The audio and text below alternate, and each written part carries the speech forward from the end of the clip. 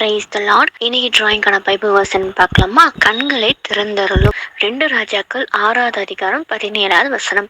அப்போது எலிசா விண்ணப்பம் பண்ணி, கர்த்தாவே, இவன் பார்க்கும்படி இவன் கண்களை திறந்தருளும் என்றார். உடனே கர்த்தர் அந்த வேலைக்காரன் கண்களை திறந்தார். இதோ, எலிசாவை சுற்றிலும் அக்கினிமயமான குதிரைகளும் ரதங்களும் அந்த மலை நிறைந்திருந்ததை அவன் கண்டான். அதாவது சிரியா ராஜா இஸ்ரவேல் ராஜாவோட போர் பண்ணணும் அப்படின்னு சொல்லி சுத்தி நின்னுக்கிறாங்க. அப்போ வேலைக்காரன் பாக்குறான், எனிமீஸ் சுத்தி நிக்கிறாங்க, என்ன பண்ண போறோம் சொல்லி அவங்க திகைத்து போயிருக்கு. மொத்தம் எலிசா ஜெபம் பண்ணுகிறாரு, இந்த வேலைக்காரோட கண்கள் திறந்துடணும் அப்படின்னு சொல்லி. அந்த வேலைக்கார கண் திறந்த உடனே அவங்கள, அதாவது எலிசா அவங்க இருக்கிற இடம் சுத்தியும், அந்த மலை பிரதேசம் சுத்தியும் அக்னிமயமான குதிரைகளும் ரதங்களும் இருந்தாங்க. சத்ரு பாத்தீங்கன்னா சுத்தி குதிரை வீரர்கள், ரதங்கள், குதிரைகள் எல்லாம் சூழ்ந்து கொண்டிருந்துச்சு. 3 விஷயங்கள் சூழ்ந்து கொண்டு. ஆனா அதிலும் தாண்டி அக்னிமயமான குதிரைகள் ரதங்கள்ல சூழ்ந்து கொண்டிருக்கிறத இந்த வேலைக்காரன் பாக்குறாங்க.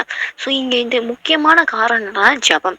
எலிசா ஜபம் பண்ணனாதான் இந்த வேலைக்காரனோட கண் திறக்கப்பட்டது. இந்த அதிகாரத்தை அப்படியே பண்ணா எலிசா 3 தடவை ஜெபிப்பாரு. வேலைக்காரனோட கண்கள் திறக்கப்படுறதுக்காக ஜெபிப்பாங்க, அவங்க கண்களும் திறக்கப்படும். அடுத்தது அந்த மீசோட கண்கள் கண் மயங்கும்படி செய்துள்ளும் சொல்லி ஜெபிப்பாங்க. அதே மாதிரி அவங்க கண் மயங்கும்படி ஆண்டவர் செய்வார். அதுக்கப்புறமா அவங்கள சமரியா நாட்டை கொண்டு விட்டதுக்கு அப்புறம் திருப்பி அவங்க கண்கள் திறந்துள்ளும் சொல்லி எலிசா கேட்பாரு. திருப்பியும் ஆண்டவர் அவங்க கண்கள்ல மயக்கத்தை தூக்கி தெளிவா கொடுப்பாரு. இது 3மே பண்ணாங்க. அந்த 3த்துமே ஜபம் தான் காரணமா இருக்கு. புதிய பாட்டுல நீங்க பாத்தீங்கன்னா அப்போஸ்தலர் 9வது அதிகாரம் வாசிச்சீங்கன்னா ஆண்டவர் தரிசித்தனால சவுலோட கண் மூடப்பட்டிருக்கும், மீன் செத்துங்களால மூடப்பட்டிருக்கும். அப்ப கர்த்தர் சொல்வாரு, அனனியா கிட்ட சொல்வாரு, சவுல் ஜெபம் பண்ணி கொண்டிருக்கான், நீ போய் அவன் மேல கையை வைத்து ஜெபி, நான் அவனை ஊழியத்துக்கு தெரிந்துக்கணும், அவன் எப்படி நாடு பண்ண வேண்டும், ராஜாக்கு புறஜாதிக்கு சுவிசேஷம் அறிவிக்க வேணும்னு சொல்லி அந்த பாத்திரத்தை நான் தெரிந்து கொண்டிருக்கேன், நீ போய் ஜெபின்னு சொல்லி அனனியா அனுப்புவார். அப்ப அனனியா போய் ஜெபிப்பாரு. இந்த வசனம் வாசிக்கிறேன். இப்பொழுது அனனியா போய் வீட்டிற்கு பிரவேசித்து அவன் மேல் கைகளை வைத்து,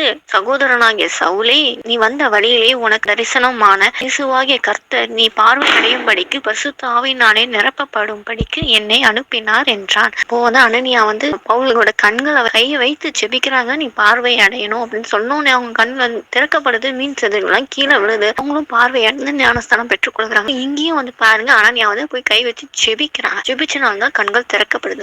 சோ நம்மளுக்கும் அவைக்குரிய கண்கள் திறக்கப்படணும், சுத்தி இருக்க ஜனங்கள் ரட்சிக்கப்படணும், இருள்ல இருந்து அவங்க விடுதலை ஆகணும், மெய்யான கடவுள் இயேசு கிறிஸ்து அறியணும்னு சொல்லி அவங்க கண்களை திறக்கப்படுறதுக்கு நம்மளோட ஜெபம் ரொம்ப அவசியமா இருக்கு. அவங்க எலிசாவும் ஜெபிச்சாங்க, அவங்க கண்களும் திறக்கப்பட்டுச்சு, எதிரியோட கண்களும் மறைக்கப்பட்டுச்சு, திருப்பி அந்த எதிரியோட கண் திறக்கப்பட்டுச்சு. இங்கே அனனியா சவுலோட கண்களை திறக்க முடியாத கை வைத்து ஜெபிக்கிறாங்க, அவங்க கண்கள் திறக்கப்படுச்சு. நம்மளோட ஆவிக்குரிய வாழ்க்கையில வளர்ச்சி அடையணும், கண்கள் திறக்கப்படணும் அப்படின்னா நம்ம அனுதினமும் ஜெபிக்கணும். ஜெபத்துல நம்ம உறுதியா இருக்கும் போதுதான் நம்ம ஆவிக்குரிய லெவல் இன்க்ரீஸ் ஆகும், ஆண்டோட உறவு அதிகமாகும், நம்ம கண்கள் திறக்கப்படும், சுத்தி இருக்க ஜனங்கள் ரட்சிக்கப்படணும், அவங்களோட அறியாம என்ற இருள் விலகணும்னா அவங்க கண்களும் திறக்கப்படணும். அதுக்காக நம்ம இப்ப ஜெபிக்கலாமா?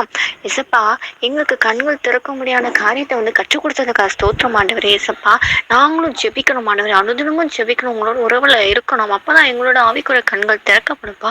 சுத்தி இருக்க ஜனங்களும் இருள் இருக்காங்க, அறியாம என்ற இருள் விலகட்டும் நாமத்தை அவங்களும் ஆண்டவரே பெரிய வெளிச்சமாக இயேசு கிறிஸ்து அறிந்து கொள்ளணும். அவங்க கண்கள் ஆண்டவர் உண்மை நோக்கி பார்க்கும்படியே அவங்க கண்கள் திறந்துள்ளப்பா. அவங்க உதவி செய்யுங்க, ரட்சிப்பை கொடுங்கப்பா. இது கடைசி காலமா இருக்கு. சுத்தி இருக்க ஜனங்கள்லாம் ரட்சிக்கப்பட்டு உங்க பிள்ளையா மாறணும், அவங்க மேல உங்க ஆவியை ஊற்றப்படணும் ஆண்டவர் இயேசப்பா. இனி என் குடும்பத்தை சுத்தி இருக்க எல்லாரும் உங்க கருத்துல அர்ப்பணிக்கிறேன்ப்பா. அவங்க எல்லாரும் இருள் இருந்து விலகி ஆண்டவர் இயேசப்பா அவங்க பிள்ளையா மாறும்படி செய்தோம்ப்பா. என்னையும் ஆவிக்கிற வாழ்க்கையில வளர்ந்து ஆண்டவரை கண்கள் திறக்கும்படி செய்துள்ளப்பா. அப்படி செய்துக்க ஸ்தோத்திரம்ப்பா. அவை பேச நாமத்தை ஜெபத்தை ஏற்றுக்கொள்ளும் ஜீவனால தகப்பனே, ஆமென் அப்படின்னு சொல்லி ஆண்டவர்கிட்ட ஒப்பு கொடுப்போம். அனுதினமும் ஆண்டவர்கிட்ட கண்கள் திறக்கப்படும்க்கா ஜெபிப்போம். நிச்சயமா சுத்தி இருக்க ஜனங்களாம் ஆண்டவரை பார்க்கும்படி அவங்க கண்கள் இருதயம் திறக்கப்படும். நம்மளும் ஆவிக்கிற வாழ்க்கையில வளர்றதுக்காக கண்களும் ஆண்டவர் திறப்பா. கண்களை திறக்க போது ஃபர்ஸ்ட் பார்த்தோன்னே அந்த இமேஜ், அதோட பிக்சர்ஸ் எல்லாம் நமக்கு தெளிவா தெரியாது, லைட்டா தெரியும். அது முடிச்ச உடனே இதெல்லாம் என்னமோ வந்துச்சே அப்படின்னு சொல்லி யோசிப்போம். அதை குறித்து நீங்க கவலைப்படாதீங்க, அனுதினமும் ஆண்டவர்கிட்ட கேட்டுட்டே இருங்க. நிச்சயமா ஆண்டவர் நம்ம கேட்க அந்த வாஞ்சி ஆண்டவர் நிரப்புவா. சவுலோட கண்கள்